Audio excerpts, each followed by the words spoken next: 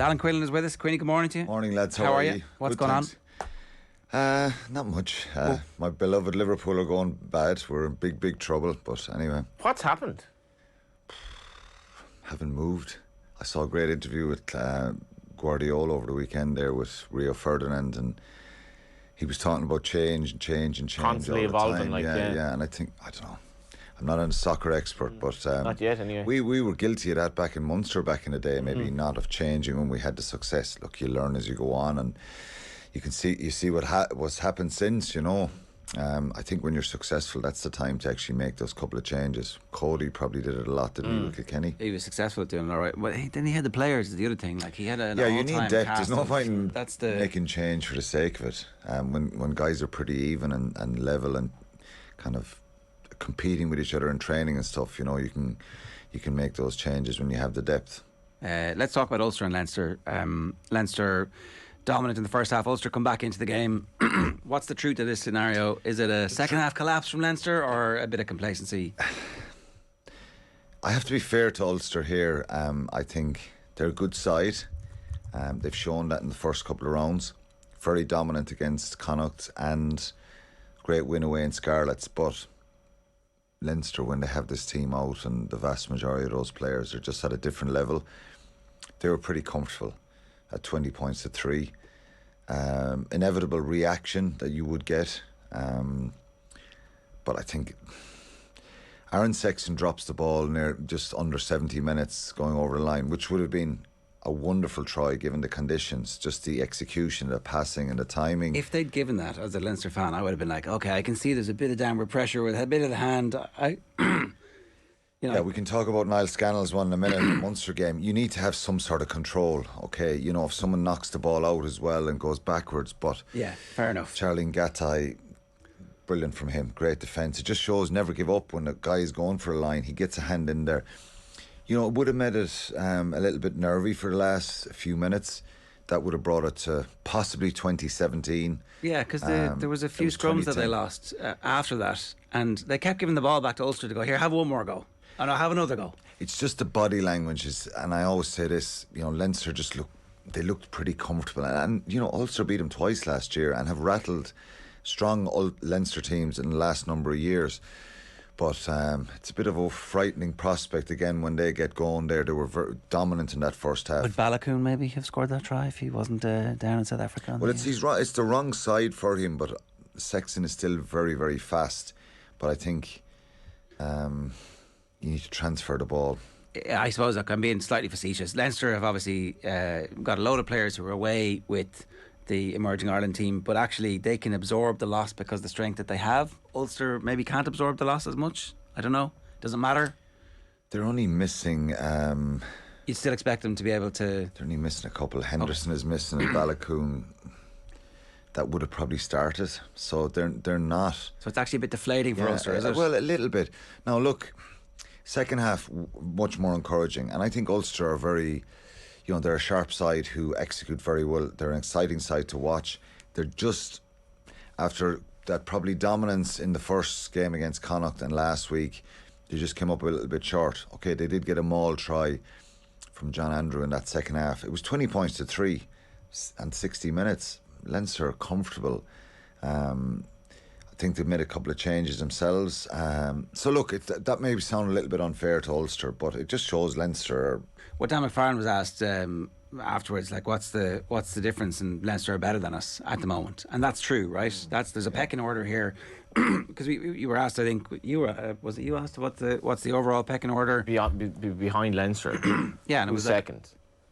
So at the moment, that's still the case. They are still second, but they've now got clear indication of just how far behind they are. Yeah, I just think as I said on the day, in the last couple of years, they've put in really good performances and they've actually caused Leinster problems. But I just thought it was telling the shape and body language and the performance of Leinster, particularly in that first half.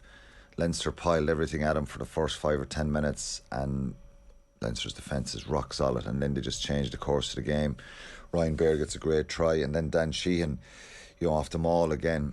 and just their decision making, their shape, their accuracy is just so much more better than the others, really. But Ulster can take some comfort out of the second half. Certainly, it was more dynamic. They were much better in what they were trying to do. But like I say, Leinster could have kicked on and won the game by more. Did they switch off a little bit? Maybe, who knows? But I think they've shown that they're very, very good at what they do again. Okay, so nothing to concern Leinster supporters about the fact that Ulster got back in the game. That's going to happen. Well, they've got Jenkins is making a difference for them as well. You know what I mean? And then you have James Ryan and Johnny Sexton coming back, and you just look at the names. Robbie Henshaw, just every time he plays, I go, man, he's just as hard as nails, and he's just one of these professionals that turns up week after week. I'm not saying he's the best game week after week, but he just is so competitive. His body language, his energy, his pride in what he's trying to do, tackles. I just think he's a real example to anyone who can emotionally switch off in New Zealand Test match and over the summer, winning a series, and rainy night and Friday night in Belfast, where it was rainy night. Yeah, and I do you know what? That's unbelievable, Johnny. You know. What's the without Sexton? How are they looking with the view to when you're thinking of whenever Sexton is done and Byrne has come in? What are Leinster looking like in terms of fluidity of their attack without Sexton?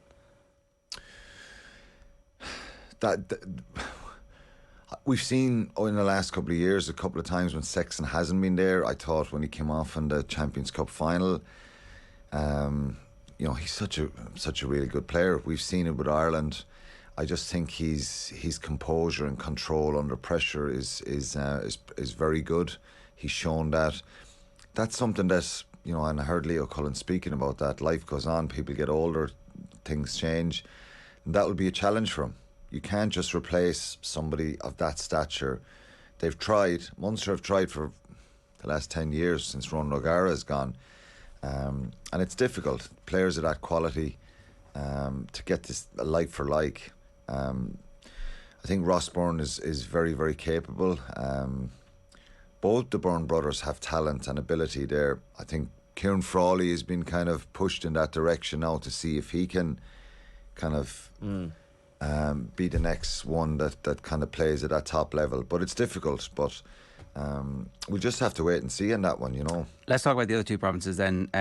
So Bulls 28, Connacht 14, and Munster beat Zebre in a game in Cork that they're not getting any credit for. Were they bad? Was it why are people not saying, no, we've turned the corner here with Munster? Because obviously they don't believe it. Yeah, just to talk about the Connacht one first, it was always going to be difficult for them. When you're going away to Ulster, Stormers and Bulls, the reality with the South Africans, Ger, this year is 3 or 4 of them could be in the playoffs. They've really embraced this. They've seen it as something that can really propel them forward. They've got themselves organised. They're very, very powerful and strong. And they're capable of going on the road and winning matches. All 4 won again at the weekend. So it was a really difficult start for Connacht. And, I think with the Bundy Aki situation a week before, he's one player that you'd love to have in that kind of situation, even for the Munster game on Friday night. But they're really poor. So many mistakes and errors. And, defensively, they're porous. I think that's probably the biggest concern. Very talented players and just making a lot of mistakes and errors. And their coaches said that, but they've conceded 15 tries in 3 games. It's very difficult to win games at that, isn't it? And that was the problem last season as well. So they, unfortunately, it seems last season they were scoring, which in matches they were high-scoring games, so they're not scoring now. So it's a real concern and a worry, but it's been a very difficult start. They asked for the first couple of games to be away from home because of installing a new 4G pitch. What do you make of that, by the way? It's a load of rubbish, really. Like You've got to get the pitch on, but you don't go asking a league to put you away for the first couple of games. I think it's too risky. Someone will disagree with me in Connacht or within. It's a challenging one. You want to try and get the pitch down, new pitch, but surely you could have got your timing a bit better and got it done over the summer, and you know, they haven't even trained on it yet. So they're going to play. They come back from South Africa yesterday, a long journey, couple of training sessions this week, and you know, at least they're home this week. And if they beat Munster Friday night, which they're well capable of doing, well, then they're back on track and they'll say it was worth it. But losing your first three, putting yourself in a position of having to win this fourth game, or it's the worst start since 2006, you know, the year after they won the league under Pat Lam, last year, it just makes it a bit more difficult. So it was risky business making that decision to do it that way. The move to the surface itself, like this would be a debate now in Galway, because Terryland as a football pitch has an awful lot of game time on it. It's an amazingly good pitch, but there is a debate, should we go down the Astro route? I hate Astro, and now in rugby it's becoming a thing as well. It is. It's kind of guaranteeing you know, underfoot conditions in every match. But what's it like to play on, though? It's like, whatever about football. I mean, you're going into contact on that surface. I think I only played once on it. I wouldn't have liked it. We trained a lot on it. It's different. The current players, you probably have to ask them that. I think obviously it gives you a drier ball. Even in wet conditions, it gives you a better chance of seeing more attacking rugby and stuff like that. But they've got to do that now on Friday and really find a performance against a team. You mentioned, I think confidence is a big thing for both sides, because even though the decisions to be away from home and a really tough start, it's very difficult for any side to have to do what Connacht have done. But the mistakes and the errors are creeping in there, and they're not scoring the tries, and they showed a fight back on Friday against the Stormers in the second half. But I don't know if any team, even Leinster included, you know, can cope with that power and that physicality, and they showed it last year in the RDS. So it was a very difficult couple of matches for them, but they've got to, you know, be better as well. I think challenge themselves better and cut out the mistakes, and they're similar to Munster. Confidence, timing, cohesiveness is an issue, and Munster were really bland in that second half against Zebra and Cork, and it's a worry, it's a concern. They look like they're lacking a bit of spark. They've 10 guys away in South Africa with the Emerging Ireland. They had 9 involved in the match on Friday. Alex Kendellen wasn't involved in the match because I don't know why. He had a heavy knock the week before as well. So yeah, confidence is a big thing for them, and it's a worry. Is there like patience, because it's a new... You've no choice with Munster at this stage. You can throw the toys out of the pram and we can all give out and say this, that and the other. We have to judge them probably fairly. But I think the players themselves, and I said this last week, and I'll probably end up saying it again on the podcast this week, the basics you've got to try and fix yourself. You know, you can...